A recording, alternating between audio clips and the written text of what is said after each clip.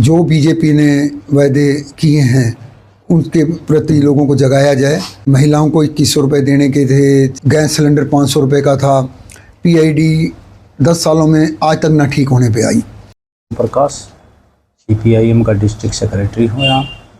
सबसे पहले तो मैं मेरी कांग्रेस के भाइयों को और कांग्रेस को धन्यवाद करता हूँ जिन्होंने सीपीआईएम के साथ मिलकर ये समझौता किया और ये भिवानी में सीपीआईएम के कैंडिडेट को एक अपॉर्चुनिटी दी। मैं सभी कांग्रेस के कार्यकर्ताओं को, नेताओं को बहुत बहुत धन्यवाद करता हूं। और विशेषकर अभी हमारे साथ में श्री देवराज मेहता जी हैं, श्री सुरेश प्रजापति जी हैं, पिलानिया जी हैं, यहाँ एडवोकेट सत्यजीत जी और दूसरे साथी भी हैं। उन्होंने मुझे जो यहाँ निमंत्रण दिया है उनके लिए भी मैं साथियों का धन्यवाद करता हूँ।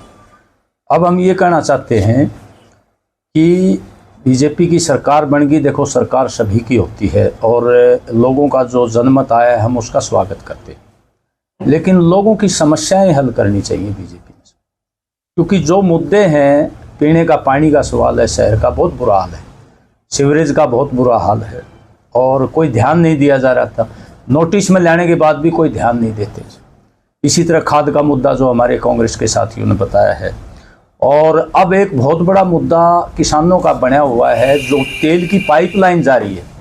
कोल्ला में किसानों को अरेस्ट कर लिया, कोई न्याय नहीं दे रहे और ज़बरदस्ती लाइन को ले जा रहे हैं। जो किसान का तो 7 पीढ़ियों का जो है वो खेती बाड़ी जो उनका जीविका है। इसी तरह कल हम मेवात में गए थे, नू में सोना में एक बहुत बड़ी महापंचायत हुई है। 1600 एकड़ ज़मीन बहुत सस्ते में एक्वायर की। और वो जो ज़मीन के 45 लाख 1 एकड़ के दिए थे, आज वो 17 करोड़ रुपए जो है फ़ायदा ले रहे हैं। 17 करोड़ बिक रही है वहाँ पर। तो वो बेचारे गरीब किसान हैं, अल्पसंख्यक किसान हैं और पिछले 29 फरवरी से वो धरना चला रहे थे। उनको भी न्याय दिया जाना चाहिए। ये जो सैनी सरकार है, ना धान की खरीद हो रही। आप देखो, धान की जो है जो गवर्नमेंट रेट है उसकी खरीद करनी चाहिए। किसानों को पेनलाइज कर रहे हैं पराली के सवाल पर, जबकि खुद प्रबंध नहीं कर रहे। करे मशीन ने दी थी हमने, वो मशीन ने हमें तो दिखाई नहीं देती। तो खुद प्रबंध करना चाहिए। उनको दंडित किया जा रहा है, 2 गुना उनसे जुर्माना किया जा रहा है और उनको आगे से फसल खरीदने के लिए भी उसको ब्लैक लिस्ट कर दिया। ये जो कदम है, व्यापारी को, किसान को, मजदूर को मारे मारे फिर रहे हैं। और मैं कहना नहीं चाहता, मुझे सब पता है, यहाँ पीआईडी के बहुत मोटे पैसे लिए जाते हैं और अनऑथोराइज पीआईडी भी दी हुई है भिवानी में। लेकिन मैं कहना नहीं चाहता, क्योंकि ये बहुत बड़ा इशू है। भाजपा बोलती है ना भ्रष्टाचार के खिलाफ, हमें सब मालूम है किस तरह के पैसे लोग बना रहे हैं और किस तरह के जो है कोई जांच करने वाला नहीं, कोई इंक्वायरी करने वाला नहीं है। तो इन सब चीज़ों का पता है हमें। तो हम ये कहते हैं कि सैनी सरकार आई है, मुख्यमंत्री जी इसको ढंग से चलाएं, लोगों की समस्या हल करें।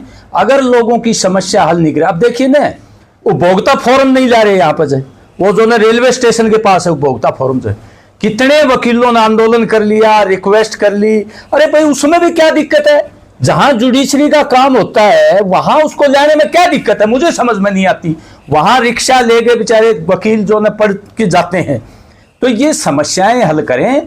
हम ये कहना चाहते हैं कि कांग्रेस के भाई और कम्युनिस्ट भाई सब मिलकर लोगों की समस्याएं उठाएंगे और अपने भाईचारे को मजबूत करके जनता की जो भी समस्या उठाएंगे, हम मिलजुल करके जो ना लोगों के साथ रहेंगे। इसलिए हम ये कहना चाहते हैं, सरकार ये ना माने, विपक्ष है और विपक्ष मजबूत है, ये बता देते हैं। ये तो किसी कारण से, चलो जो भी है उसका विश्लेषण कर रहे हैं, हम भी कर रहे हैं, कांग्रेस के भाई भी कर रहे हैं। आने वाले टाइम में हरियाणा में विपक्ष मजबूत है, ये बता देते हैं बीजेपी सरकार को। इसलिए लोगों की समस्याएं हल करें, कानून व्यवस्था को ठीक रखें। जहां हमारी महिलाओं पर, आम व्यापारियों पर सरेआम गुंडागर्दी होती है, शहर में डकैतियां, फिरौतियां और तमाम चीज़ें होती हैं।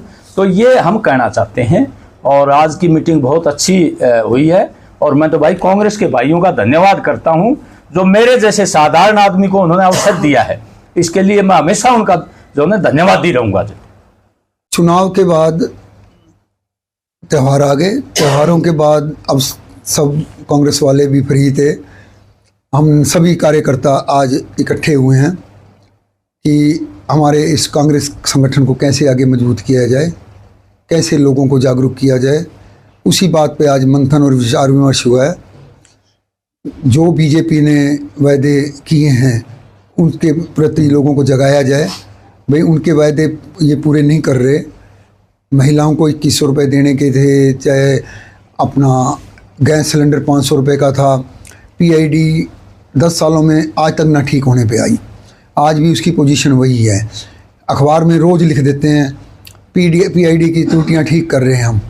परसों तरसों एक खबर आई हुई थी अखबार में, मैंने पढ़ी, भाई हमने 3 त्रुटियां ठीक की। अगर एक दिन में 3 पीआईडी ठीक होंगी तो ये तो सैकड़ों की संख्या में है। अभी लोगों को जागरूकता भी नहीं है, लोग घर बैठे हैं। सरकार को भी नुकसान हो रहा है इसका, पीआईडी ठीक ना करने का। सरकार टैक्स नहीं ले पा रही इनसे, हाउस टैक्स। अगर ये ठीक कर दें तो जल्दी हो। मेरा अपना मानना है कि सरकार ऊपर भी है इनकी है, नीचे भी इनकी है। जब ये कंपनियों को 500-500 करोड़ दे सकते हैं, ठेका दे सकते हैं इसको पीआईडी बनाने का, तो ये घर घर जाके क्यों नहीं ठीक करते? इन कमेटी वाले घर घर जाएं, जो कमी है उससे मांग लें डॉक्यूमेंट और उसको ठीक करें। क्यों लोगों को धक्के खिलाते हैं? आज किसी सीएससी सेंटर पे जाता है आदमी, उसके 200-250 रुपये लगते हैं। ऐसे ही फैमिली आईडी का हाल है, 1,80,000 से ऊपर दिखा रखी है लोगों की। कल एक लेडीज आई मेरे पास, ना उसके घुटने काम कर रहे थे और कमर में उसके दर्द था, बैठा नहीं जा रहा था। मैं बोला तो इलाज करवा ले, बोली पैसा नहीं है, क्या करूं मैं तेरी फैमिली इनकम, बोली मेरी फैमिली इनकम तो बहुत ज़्यादा दिखा रखी है इन लोगों ने, ठीक करवाने जाती हैं तो ठीक नहीं होती। तो ऐसे बहुत लोग हैं। सरकार को प्रैक्टिकल ज़मीन का काम करना चाहिए। पहले तो जो गलतियां खुद कर रखी हैं उनको सुधारें। फैमिली आईडी और पीआईडी इन्हीं की गलती है। कभी भी पीआईडी ऐसे नहीं बना करती थी, सर्वे हर साल होता था, हर 5 साल में होता था। 5 साल में 7 साल में सरकार डोर टू डोर सर्वे करवाती थी, ये डोर टू डोर करवाते। फैमिली आईडी थी तो आप इनकी एक्चुअल उनको बुला के पूछो भाई तेरी कितनी तनख्वाह है। तो ये इन गलतियों को भी सुधारना चाहिए और आगे जो वायदे किए हैं उनको भी पूरा करें। हमारे संगठन का यही काम है, जो हम कार्यकर्ता आज इकट्ठे हुए हैं, कांग्रेस के सारे वरिष्ठ कार्यकर्ता हैं और बहुत मजबूत हैं। हमें सरकार से कोई एलर्जी नहीं। हम कहते हैं जो सरकार ने वायदे किए हैं उसको पूरा करें। और हम सब ने संकल्प लिया है कि किसी को कोई भी समस्या होगी, सब एकदम उसके पास पहुंचेंगे, उसकी समस्या का हम समाधान करवाएंगे। आज इलेक्शन के बाद में हमारे कांग्रेस कार्यकर्ताओं की मीटिंग हुई है। एक तो हम इस मीटिंग के माध्यम से कांग्रेस हाईकमान से रिक्वेस्ट करना चाहते हैं कि जितना जल्द से जल्द उसके संगठन को बनाया जाए, और जब तक किसी भी पार्टी का संगठन मजबूत नहीं होगा वो पार्टी कामयाब नहीं हो सकती। और एक ईमानदार कार्यकर्ता जिन्होंने मेहनत की है, इस पार्टी को अपने खून से सींचा, उनको आगे लाया जाए। दूसरा नंबर, ठीक है, आज तीसरी बार हरियाणा के अंदर बीजेपी की सरकार बनी है। बीजेपी ने हमारे माननीय श्री नायब सिंह सैनी जी, जिन्होंने इलेक्शन से पहले जो मुद्दे अपने उसमें रखे थे, जैसे 2100 रुपये महिलाओं को खाद की पूर्ति करना, 500 रुपये सिलेंडर देना, तो उन मुद्दों पे भी वो गौर करे। यदि उन पे वो गौर नहीं करते तो हम पब्लिक के अंदर जाके संघर्ष का ऐलान करेंगे और इनकी सारी चीज़ों का पब्लिक के सामने खुलासा करेंगे। चला जाऊं तो मेरी गोली मानी जाओ, आप अकेले चले जाओ आपकी गोली मानी जाओ, आप सब इकट्ठे होंगे तभी मानी जाओ। उसका तरीका यही है, संगठित हो तो खुद संगठित हो, तब आगे चले। अगर पहले आगे चलें फिर संगठित हो तो नहीं। अपन चलना चाहते हैं तो हमारी नाम है, आप चल चलो